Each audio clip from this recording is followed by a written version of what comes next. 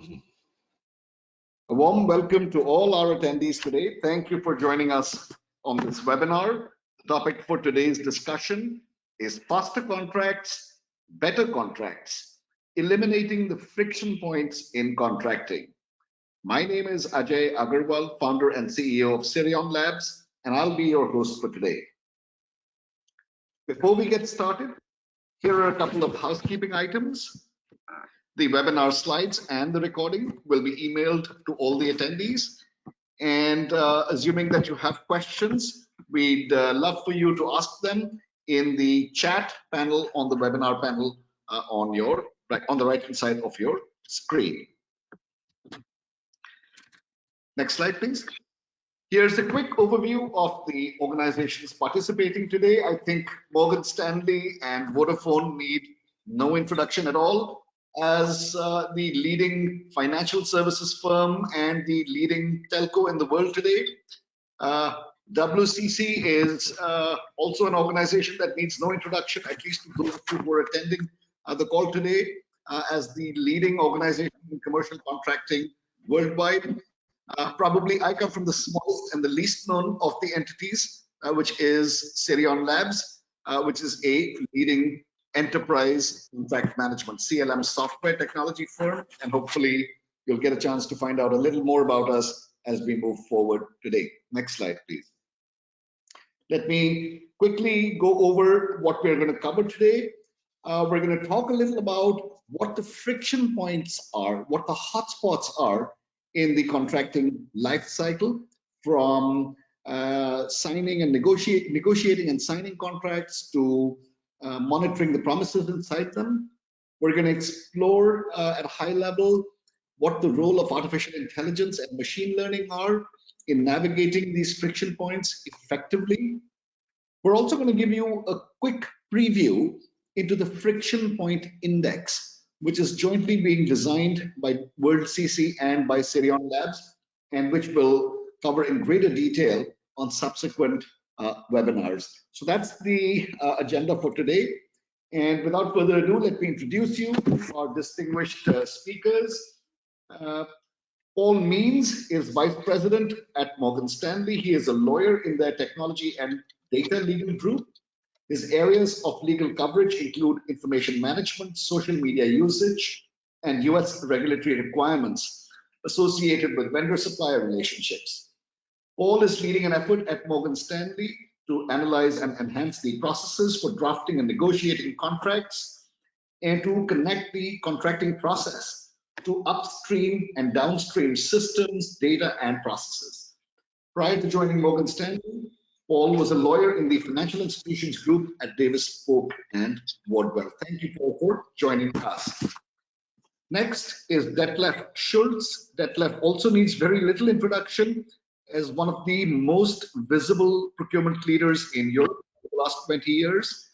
As the chair of the board of the Vodafone Procurement Company, he is a seasoned executive with global experience across multiple industry sectors. He joined Vodafone in 2003 to lead their global supply chain, eventually heading and founding and heading their Luxembourg-based Vodafone Procurement Company, VPC. He stepped down from this role as CEO of VPC in 2016, but still continues to serve as the chairman of the board of directors. And prior to Vodafone, he has held leadership roles in supply chain operations at Applied Materials and at Siemens in Germany, US, Korea, and Singapore.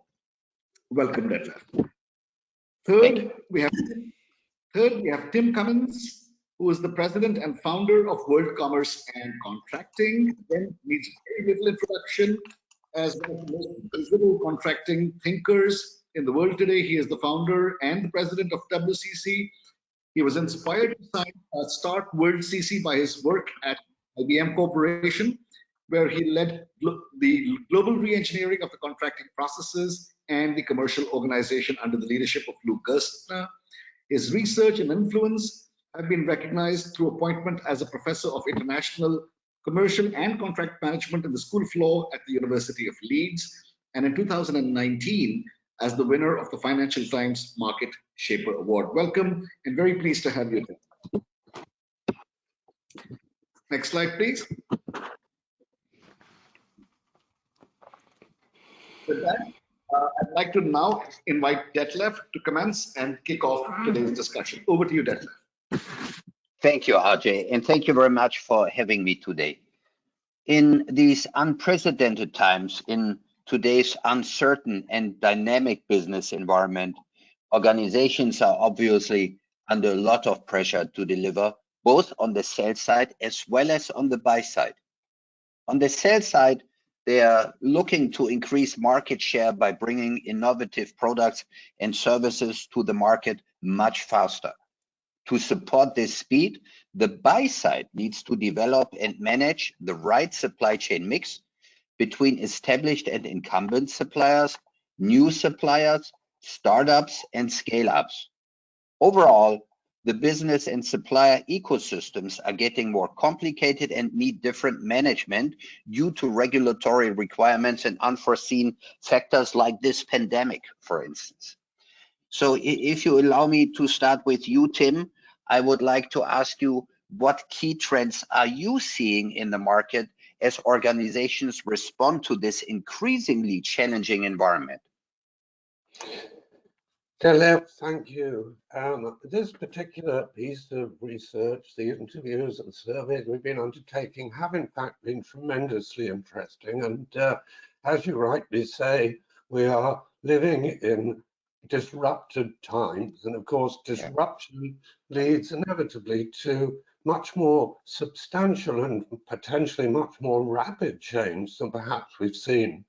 I think some of the big things, and this will not surprise you, is that the pandemic has perhaps been a catalyst to accelerate some of the trends that were already beginning to occur.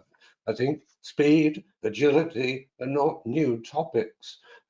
This need to get innovative products to market faster, or innovative services indeed increasingly, is again not new, but it has become a massive priority as organizations look not only at the importance of revenue and margin growth, which of course, as you rightly say, affects both buy side and sell side.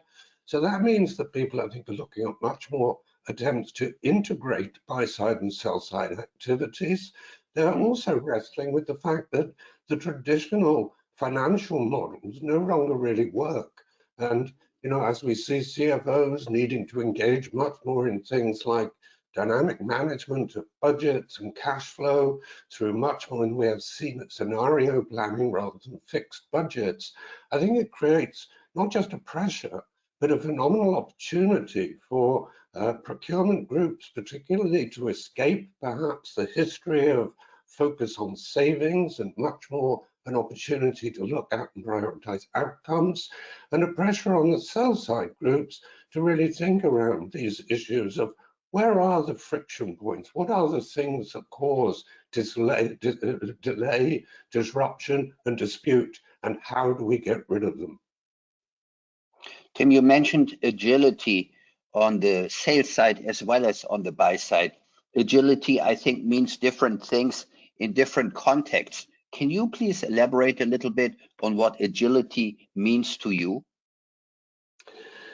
Well, to pick up on your point, I guess in that context then of a contracting commercial process, it is about becoming proactive rather than reactive. I think, again, both of us in our business careers will be very conscious of the fact that very often contracting groups, procurement groups, legal groups have a tendency to wait to be told what to do.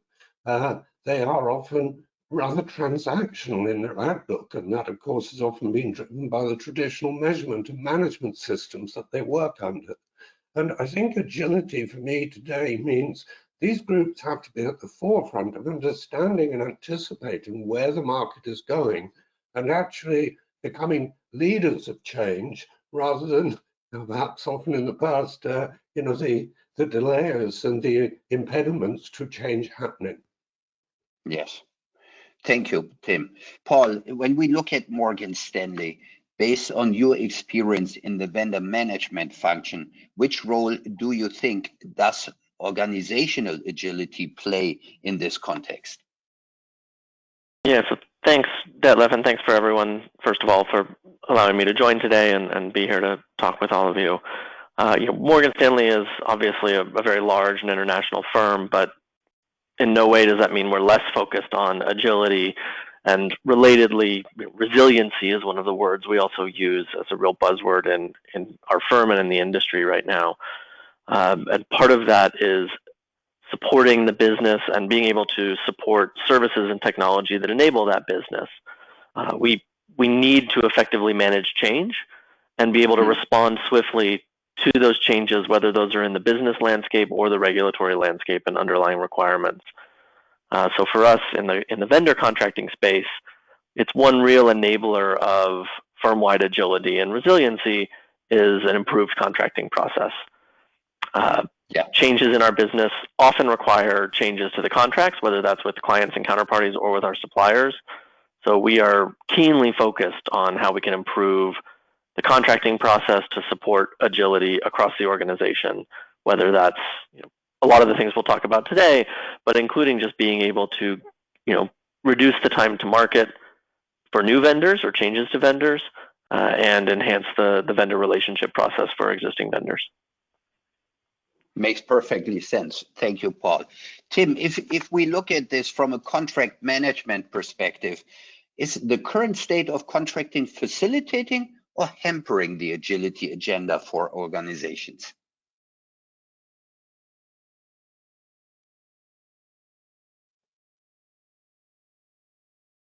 Tim?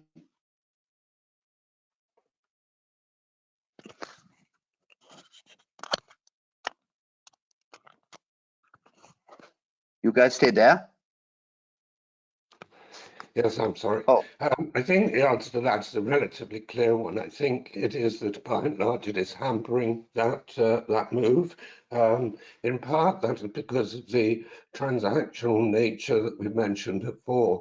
Very few groups really have consolidated overview or oversight of the contracts, and that became extremely evident with the panic that was often created by COVID-19, where obviously the importance of delivering management information, of supporting better decision making, being able to search into contracts to find what key clauses there were,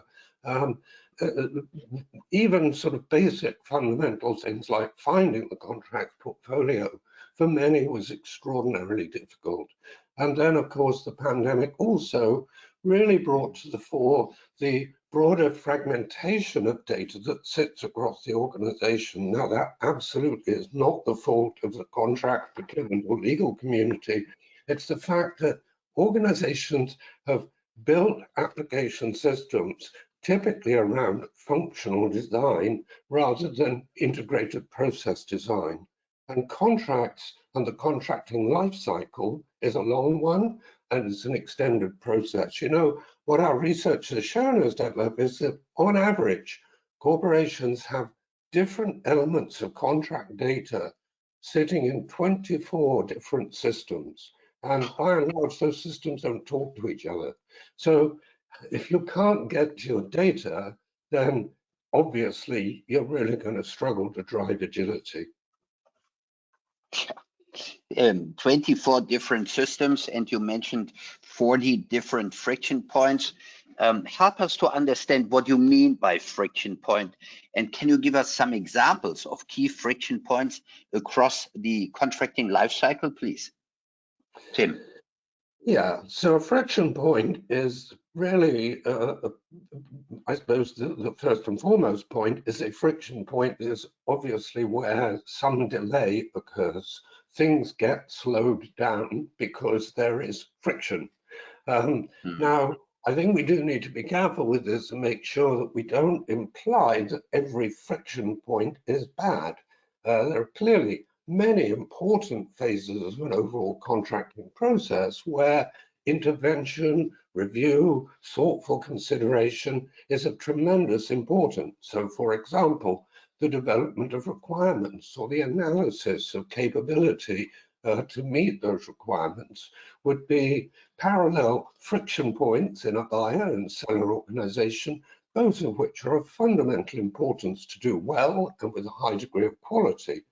That doesn't alter the fact, of course, that if we can do it well and with good quality faster, that is probably going to be a source of competitive advantage and obviously will shorten time to market. But of course, down at the other end of the scale, Detlef, there are those multitude of friction points that maybe aren't so positive. For example, Yes. if we didn't do that upfront job of requirement definition well, there's a high probability we're going to have post-award disagreements and dispute over, for example, whether or not a change is chargeable or non-chargeable. And the more that we can eliminate that type of friction point, of course, that is a tremendous source of competitive advantage.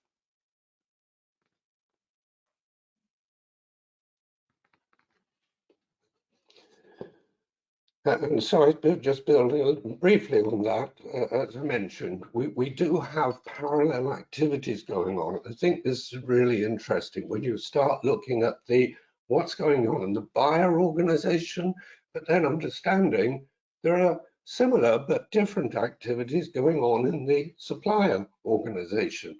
And of course, the more that we can begin to coordinate across these, think through what are the better data flows, what are the sort of platforms that we could introduce that could really accelerate the understanding and the that evaluation activity. And this is just one of the phases, of course, that we showed on the previous slide. You know, we have, by working together, by collaborating more internally and externally with the range of stakeholders, phenomenal opportunity to really drive not only, as we said, faster commerce, but actually better commerce. Yes. Paul, if we look at these friction points, and I assume we talk not about the positive friction points, but about negative friction points, what have you observed then in terms of bottlenecks in your contracting process? Right, and we frankly see friction points and bottlenecks throughout the process. We're always looking to improve on this. Just thinking and focusing on the authoring and negotiation aspects of the contracting process, for example, we see ad hoc processes that differ across organizational units or even sometimes person to person, and that is differences in process, difference in technologies used, difference in source and reference materials sometimes, and certainly lack of transparency and lack of auditability of the nitty-gritty process of contract negotiation. But we do certainly see on the positive side as well, just going back to Tim's point on positive friction points. We're really looking at thinking about ways to exploit a process that would allow us to confirm that a new vendor is needed, for example, rather than expanding the services that an existing vendor may be able to provide, or making clearer service descriptions, clearer service levels, and then certainly using technology and other processes to enhance our deviation analysis to determine whether we're deviating too far from standard provisions that we've found acceptable in the past, and then any necessary approvals and escalations based on that.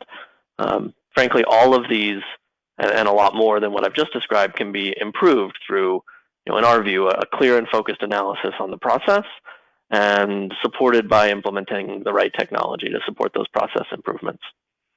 Yeah, makes perfect sense. The better you describe what you really need, the better you can then lay out the contracting process. RJ, listen, as a leading CLM provider, and you talked in the beginning a little bit about Sirion Labs, but you clearly have helped several organizations to streamline their contracting processes.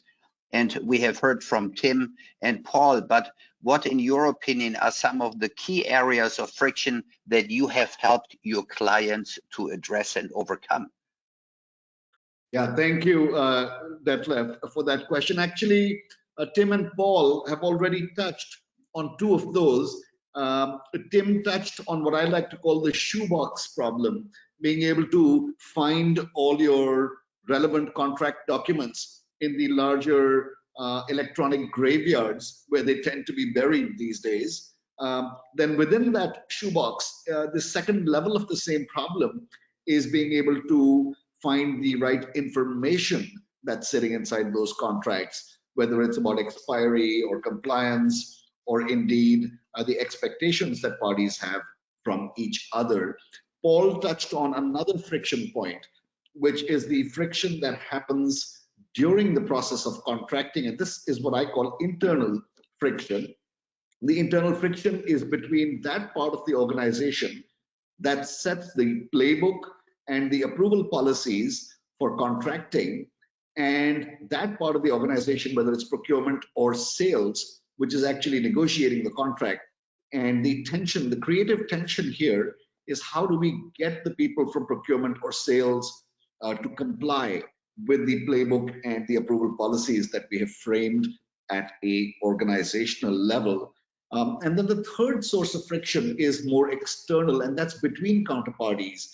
And that is what happens after the contract has been signed. How do we get inside and ensure that the expectations that parties have from each other are baselined in a way that they're expecting the same thing from each other, that they're singing from the same sheet of music.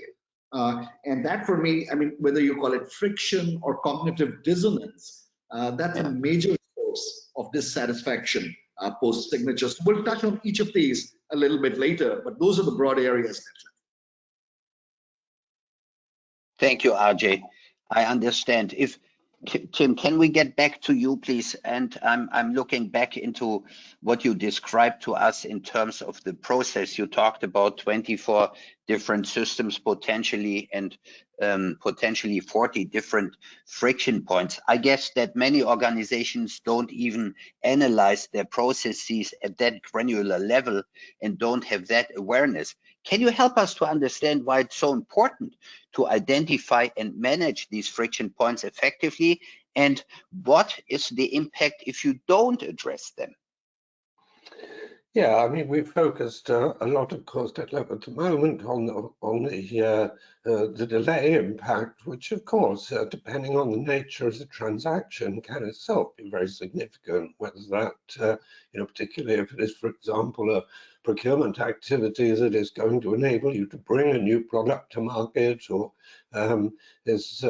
is perhaps creating a source of substantial innovation, then that is going to have a very real impact on your time to revenue and potentially other financial indicators.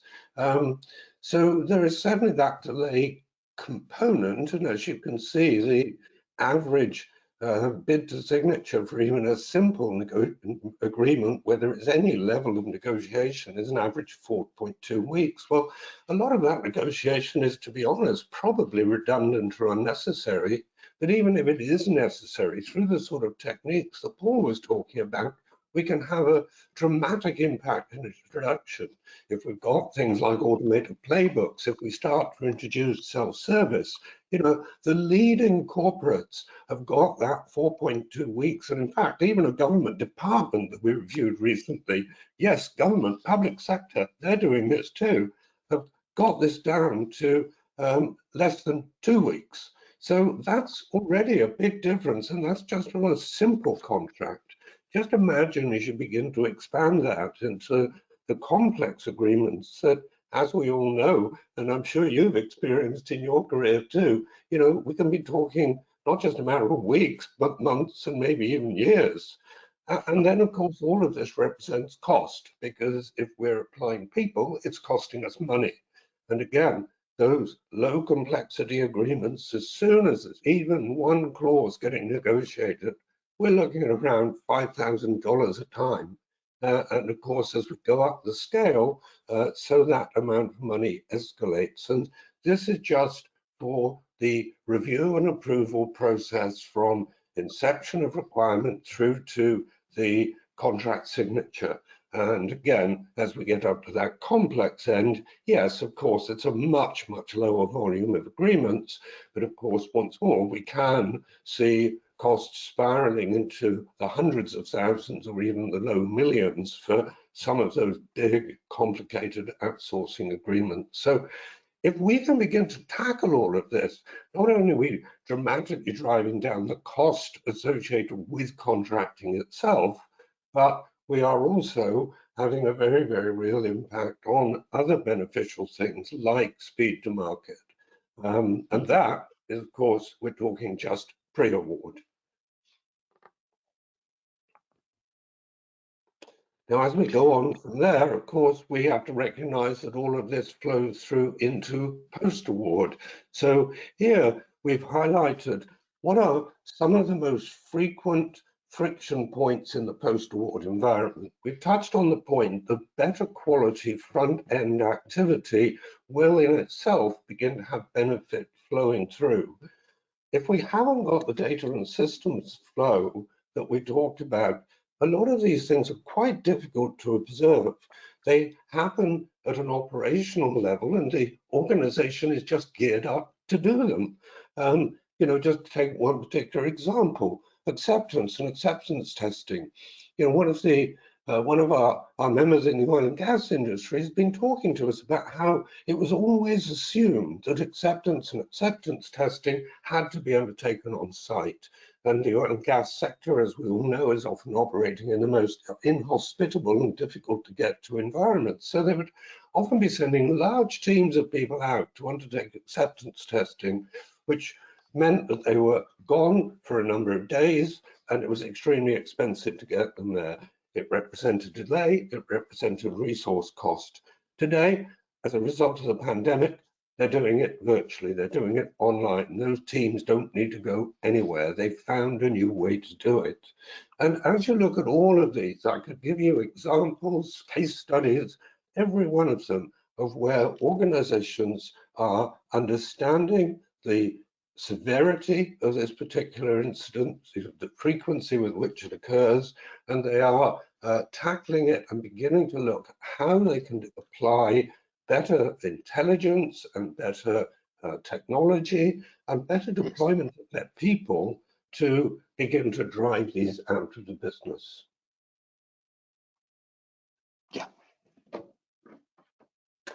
And just again quickly, and I'm sure Paul may have some comments on these too, what's the impact post-award? Well, it varies tremendously by industry, and I think in a moment we're going to look at some of the reasons for that. But of course, different industries have different levels of complexity and different scale of reliance upon contracts. I mean, if you think of the insurance industry, for example, it's a contracts industry. It doesn't really have anything but contracts. They are its asset. So contract management post-award is not surprising, a very high proportion of operational cost. In construction, because of the degree of outsourcing that most construction companies operate to, it's an even higher percentage because actually, arguably, just about all of construction management resource is undertaking contract management, whether they call it project management, quantity surveying or whatever. At the end of the day, they are actually managing contracts. Yeah, thank you, Tim. Paul, Tim talked about pre-award, post-award, and you touched a little bit on it earlier when you said you have to make sure that the requirements are all clear. In your experience, have you observed the impact of pre-award processes on the post-award friction? Absolutely is the short answer. Yes. Right. If the pre-award process is a black box, or using AJ's examples, or you execute the agreement and it goes into a shoebox and never to be seen or heard from again, it creates real downstream challenges that cause have real dollar and potentially risk impacts. Whether that's on a one-to-one basis, meaning our relationship with a particular vendor and having a lack of clarity of the service levels and the deliverables and difficulty later to confirm compliance with our standards, but especially on a broader or more macro basis, we believe that we miss out on abilities to gain insights across the vendor landscape. So again, whether that's one-to-one to one vendor, meaning the ability to review services across the vendor relationship and issues and disputes that are coming up in one part of the business with that vendor that maybe another part of the business would have interest in or want to front run, or especially across vendors, being able to, we see impacts to pricing decisions, firm-wide risk analyses, and much more. So having visibility into the contents of those contracts, having a clear process and deliverable process up front very much impacts the post-award friction and post-award processes. Makes perfect sense. So I think we got a picture of friction in the financial industry. Paul talked about the impact on the insurance side and also in the construction industry. I wonder whether these friction points affect all organizations at the same way, or whether we see differences by industries. Are there any patterns or even trends recognizable, Tim? And I guess that question should go to you.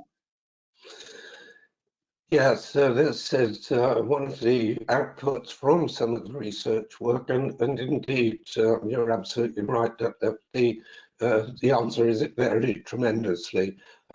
If you look, for example, at something like the retail sector, clearly there are thousands, hundreds of thousands of contracts for an organization in retail sector, but by and large they're relatively short term, or at least the transactions within them are, and they are not massively complicated, and they are highly automated. So we see a very different pattern there from as you begin to move into organizations that have perhaps much greater variability of types of contract, the nature of the transactions they're undertaking, and obviously the underlying complexity of those transactions, as you'll see here, as you begin to move into things like capital projects, for example. So engineering, construction, aerospace and defense, oil and gas, not surprisingly high up there. Business services, interesting. And of course, we see a variation of complexity, whether you're looking at the buy side of the business or the sell side of the business. Yes. I don't think we have to go through all of them, Paul. Maybe we can move on a little bit if you don't mind.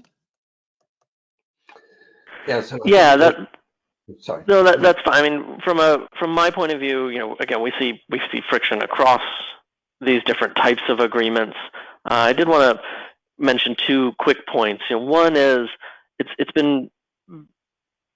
we've been really looking at and analyzing processes and improving those processes regardless of what the current focus, whether that's business focus or regulatory focus is. So right now, it's certainly on cloud, data security, information privacy, and to a large extent subcontracting as well is really the focus. But years ago it was something different, and for years to come it will be something different again. So from a process perspective, we're trying to really analyze and build processes that are future-proof from a contract provision, a clause-by-clause point of view. The other thing we find interesting, just as a bit of an anecdotal point, we're seeing an interesting trend, especially in the technology space. For a long time, a firm like Morgan Stanley built most of its, or a lot of its technology in-house. And it was customized, or it was purchasing customized software or customized applications for the financial services industry, whether those are trading platforms or otherwise. And to some extent, that's starting to change. And that's causing I think, an interesting issue in this space, whether it's the rise in SaaS, web-based applications that allow for much greater scalability of a new startup to be able to provide, the scalability and to a large extent the security and infrastructure that's needed to support a firm like Morgan Stanley, or whether it's our increased use of consumer or retail applications, that are generally available to the public. It's causing real issues in the contracting space, or friction in the contracting space, because you have new companies that are just getting on their feet that feel comfortable selling to a company like Morgan Stanley, but may not be able to either understand or meet all of the requirements that we have, the standards that we have, especially from a regulated financial services space. And then separately on the consumer side, we may not be the big player anymore. So we may not have the same leverage because that company is servicing, literally billions of customers on a one-to-one, two-legged person to that company basis. They may not be either interested or able to make changes to their applications that are necessary to support a financial services firm. And it's causing, I think it's a real new thing that's emerging and is causing real difficulties. Yeah, clear. Tim, maybe can you highlight one or two contract types and issues which create the greatest friction? And we have to speed up a little, I guess, because we're slightly behind time. Indeed so. Well, as we say here, of course, most post-award issues are corrosive in their value for one of both parties. And the contract on the left-hand side, the research told us that out of the 50 or 60 different types of contract that we actually analyzed, these are the top 8 in terms of the types of agreement where there is the greatest friction. And of course, this is the sort of data that we are looking and building, as Ajay mentioned at the beginning, into this sort of friction index capability where organizations can begin to come up with a better assessment of the opportunity and indeed their positioning, I suppose, in the market currently. So, you know, we've got here the pre-award friction points, some of which are absolutely beneficial, and we've got the post-award, which by and large are not. And what we are doing is, of course, mapping those back to the different types of contract to see how well we're doing in streamlining the upfront ones that are valuable and eliminating the back-end ones that really are best avoided.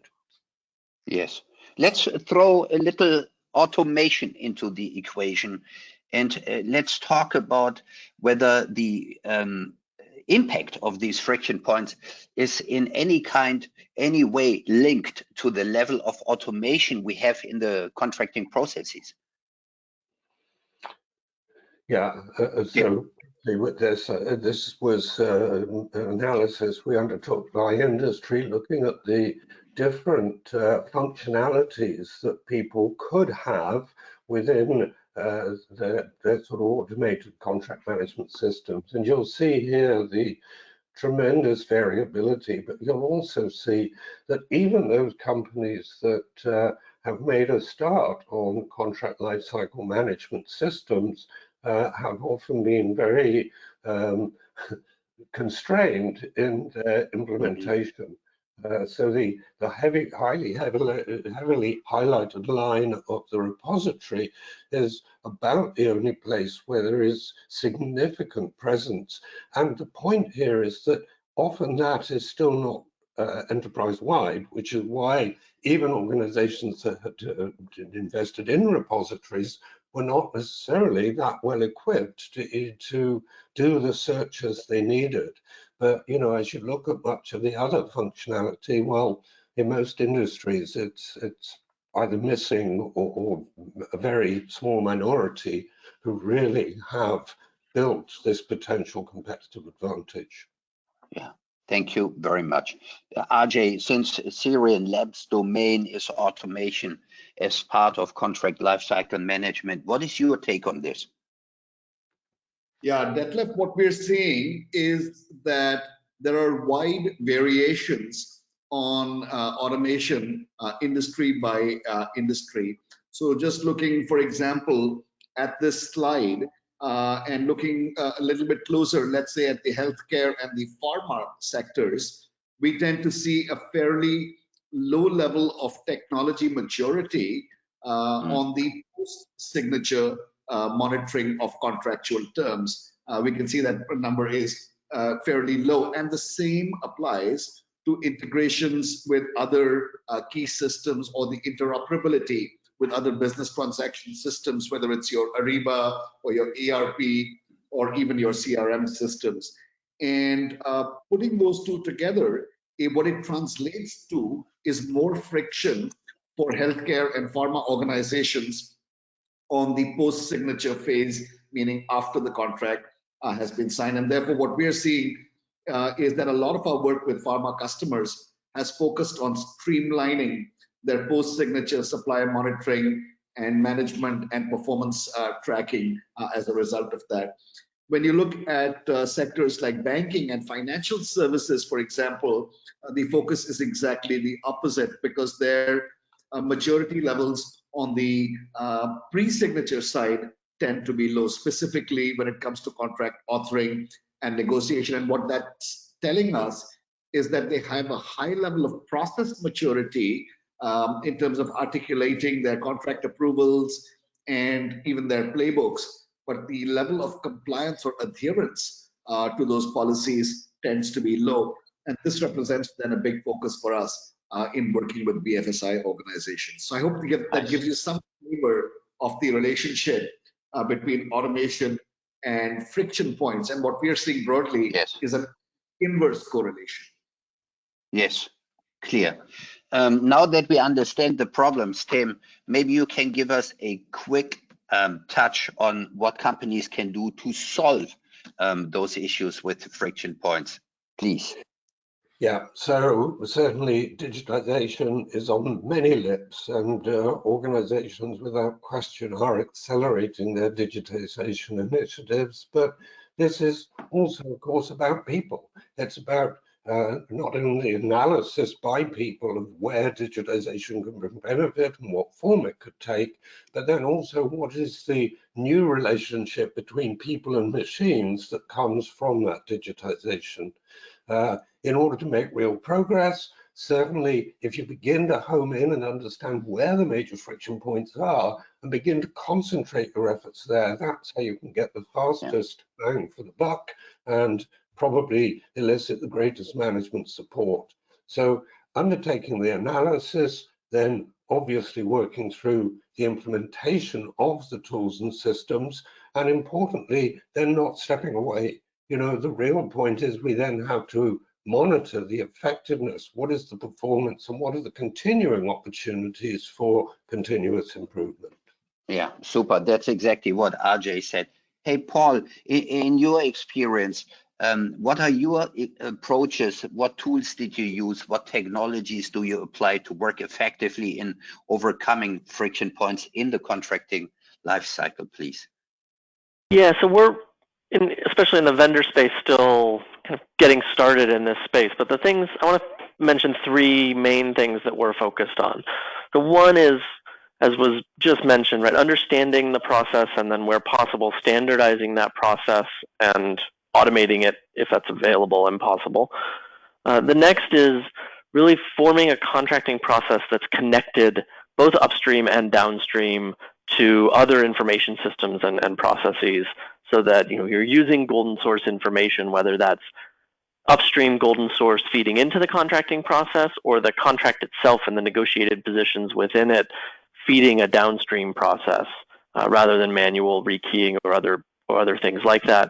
And then the third, which is really important to me, is for meeting people where they work and live today. For example, as just one easy example, right? Lawyers live and work in Outlook and Word. That's just the way it is, and trying to change that will only cause us problems. So we were really looking for technology solutions that integrated and incorporated that reality into the solution itself, which we believe will drive user adoption and is the key to everything else. Clear. Thank you very much, Paul. Tim, we talked about automation and the relationship to friction points. Can you touch a little bit on artificial intelligence and on machine learning and what role those two play in automation, please? Yeah, so this was a big piece of the study, and we will, in partnership with Sirion Labs, be issuing a report on very much what we found in terms of the state of play on AI and machine learning. And, the picture, as you might expect, is a pretty mixed one. And it may be useful, in fact, if we move to the next slide to start picking up on these three different tiers of what we discovered. I think the efficiency drivers, these are often done more at a functional level.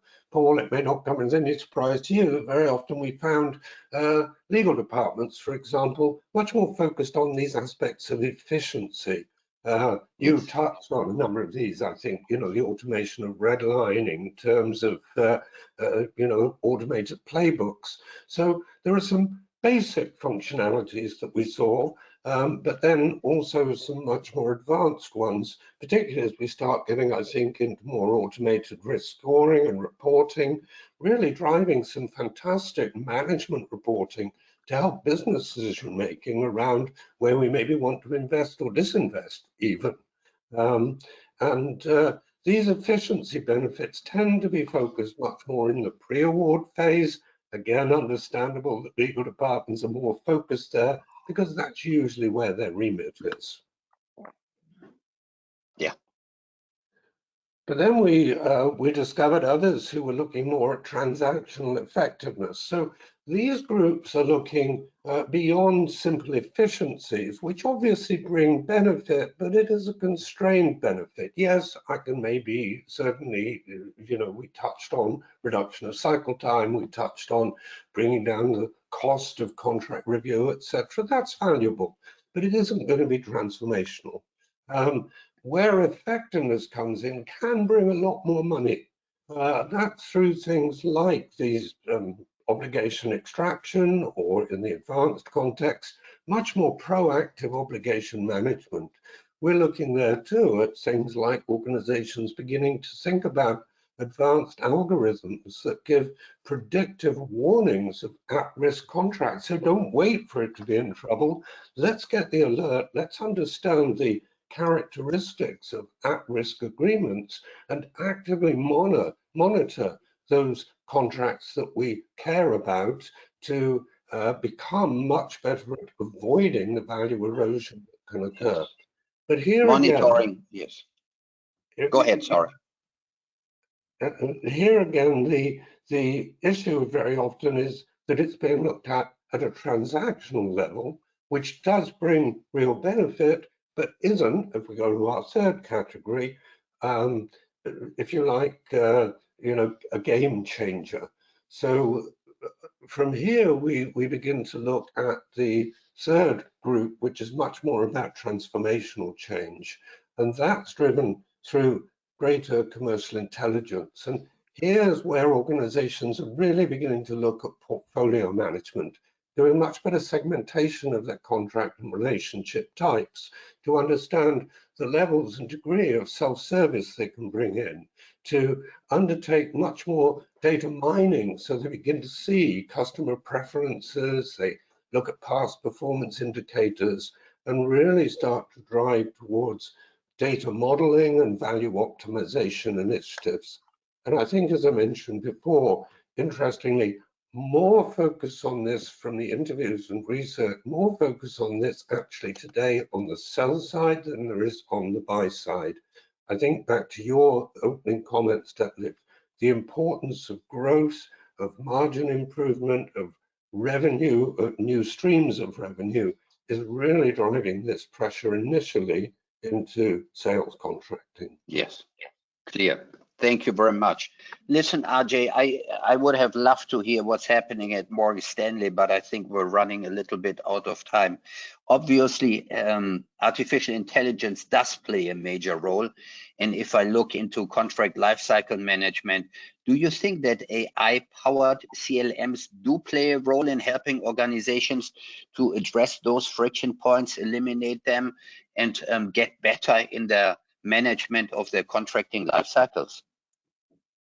Absolutely, Tim. I mean, let me try and explain with the help of a few slides how these advancements in technology are already playing a role in addressing the friction points. I'll give 4 or 5 examples very quickly. The one in front of you is the base level of machine learning and AI. On the left-hand side, you can see an executed contract in a PDF format, and the gray highlighted segment of that has been detected by the AI, and you can see how the structured data and the summary of that has been captured on the right-hand side of the page. So this is an example of AI-powered metadata extraction from the executed contract. The second example in front of you is, and that's shining a light, if you will, on the past. The example in front of you right now is shining a light on the present. It's helping you to negotiate live. And here you can see that based on the inputs that we have given to the system, it is helping us to select from a centralized library of standard clauses and correlating our current circumstances to the corporate playbook, and whether it should be a fallback position or a preferred position that should be used in this particular context. So it's guiding us in drafting a contract on the fly. The third example on the subsequent slide shows how it's helping us to negotiate a counterparty draft. So the counterparty draft has come in, that is now on the left-hand side of the screen. And on the right-hand side, the system has automatically tagged that, and it has correlated that to our existing playbook positions and is identifying the potential risk embodied in the counterparty's paper, and it's making suggestions to us on how to negotiate and redline that incoming third-party draft. The subsequent, so that's not helping us to navigate the present. If we go to the subsequent slide, again, this continues, and this is now coming into the element of collaboration. Paul had mentioned that as well. This is now allowing multiple users to work together in tandem and edit different parts of the contract based on their levels of access and expertise. This has been a very thorny problem in the past because only one person can work on a document at one time. And with this technology now, multiple users, depending on their expertise and access, can work together in a collaborative fashion. On the next slide, we can see how the technology, if we move forward, how the technology is now helping us by identifying and highlighting risks across the legacy contracts that are comprising our portfolio, showing us what different types of contracts we have. This is that shoebox, if you will. It's shining a light on that shoebox, telling us what the composition is by agreement, how many of our agreements have audit rights or data protection provisions, what laws are governing them, which provisions that we like to see are missing from our standard contracts, and so on. And this is in one click, giving us a visibility into what lies inside that shoebox. And finally, in the last slide, this is how when buyers and suppliers, the counterparties, start to collaborate actively, they can start seeing the results of their adherence to the contractual promises in real time. By interoperating with other transaction systems, as Paul had mentioned, they can now start getting a dynamic picture into performance and even into validating their invoices as per the contract. So a long distance from storing a contract in a repository that left, in a nutshell. Yes, thank you very much, Ajay. I think it became pretty clear that it's very important to understand where are our friction points. It's very important to address these friction points in order to have an impact on agility in both value chains, on the procurement side and the customer facing side. And I know that World CC, Tim, and Sirion Labs, you guys are working on some important initiatives in this area. And Ajay, maybe we can use the last minutes to share some information and details on those initiatives, if you don't mind. Yeah, happy to do that. Obviously, this is an emerging field, and there isn't enough awareness and a general lack of resources for organizations. And that's why World CC and Sirion Labs have been working on a detailed study of this topic of friction in contracting.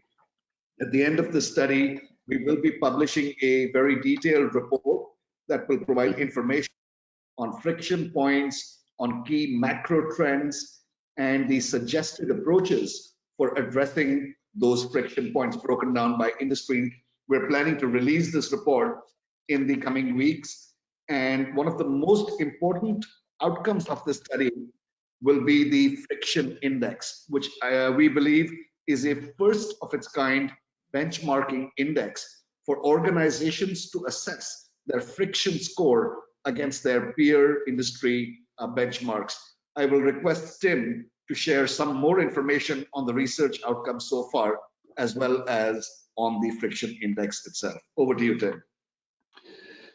Yeah, thank you, Ajay. So I think, well, as we've indicated, hopefully through this webinar, AI, machine learning are definitely no longer something for the future. This is becoming something of an urgent priority for many of our member organizations, and that we need to think about the ROI from contract automation and digitization no longer think of it as a cost reduction mechanism in the traditional way of many software and technology investments, but this is absolutely about value improvement, and that's where we need to be focusing our thinking and our analysis. And I think we're seeing tremendous growth of receptivity on the part of CFOs in that understanding, really building from the experience of COVID. There are, without doubt, some challenges. We've talked already about the fact that many either don't really have a repository, or it's incomplete or not easily searchable. And if you can't really build your metadata and your taxonomy, then your project is going to be more challenging, but it doesn't mean you can't or shouldn't do it. The linkage of those multiple data pools, starting to think around technology platforms that can actually link data, is of critical importance here. Stopping thinking perhaps so much of contract management technologies as yet another functional application, and recognizing that it truly is a business-wide application that needs to offer a platform for the integrity and integration of data. And finally, just reinforcing the point, I think it's proving not only more pressing, but also, in fact, in some ways easier for sell side than buy side, because they don't tend to have the history of heritage systems. Buy side has obviously built in a lot of technology, particularly to support things like procure to pay, which is not helping them in this environment, but unfortunately they've got that investment there and they're having to think about how they build from it.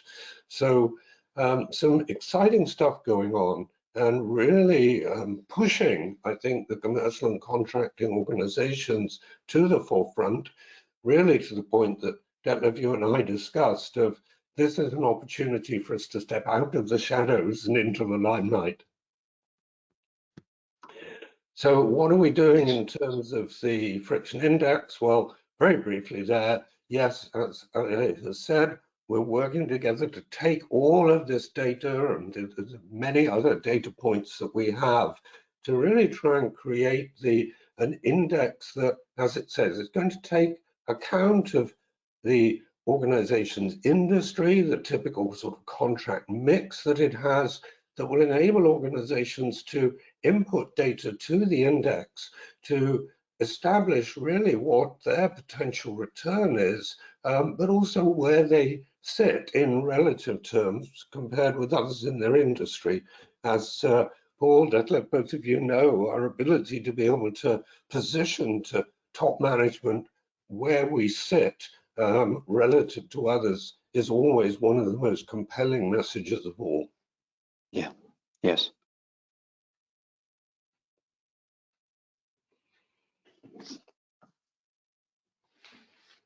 Thank you very much, Tim and Paul. RJ, I think I hand now back to you. Okay, I think we have a couple of minutes left, so I'll invite my colleague DJ to read out questions, if any, that have come in. Sure, Ajay, thank you. We do have a few questions and we have a couple of minutes. So the first one is for Tim. Tim, does the research show many organizations are actively assessing their friction points and acting on this information? I would say at this stage, the answer is it would not be a majority for many of the reasons we touched on, but there are definitely a number of market leaders who really are focused strongly on this and see it as absolutely a route to their growing competitiveness and their ability to really differentiate themselves in the market. Thanks, Tim. And maybe one more for Paul, we can squeeze in. Paul, for regulated industries such as financial services, are there specific aspects of the regulatory compliance landscape that cause or impact friction in the contracting process? Yeah, thanks, DJ. There certainly are, and as a highly regulated industry, I imagine it's similar for like healthcare, for example, and others. There are we have regulatory requirements that have even specific contractual clauses that need to be included. And that actually is easier than other places to negotiate, because you can point the vendor to an outside regulatory requirement, or other places where we've developed an internal process to deal with regulatory obligations, and that flows through to a contractual provision, which is different for financial services. And this goes back to the point that I had made earlier, that more and more we are dealing with vendors who support not just financial services, and not just regulated industries, but the public at large. And so they're really seeing different diligence processes, different contracting language coming across from us as compared to a lot of their other customers. Thank you, Paul. And we are out of time. So thank you, panelists, and thank you everyone in the audience for joining us today. And at the end of this webinar, you will see a brief survey. Please do complete that to give us your feedback.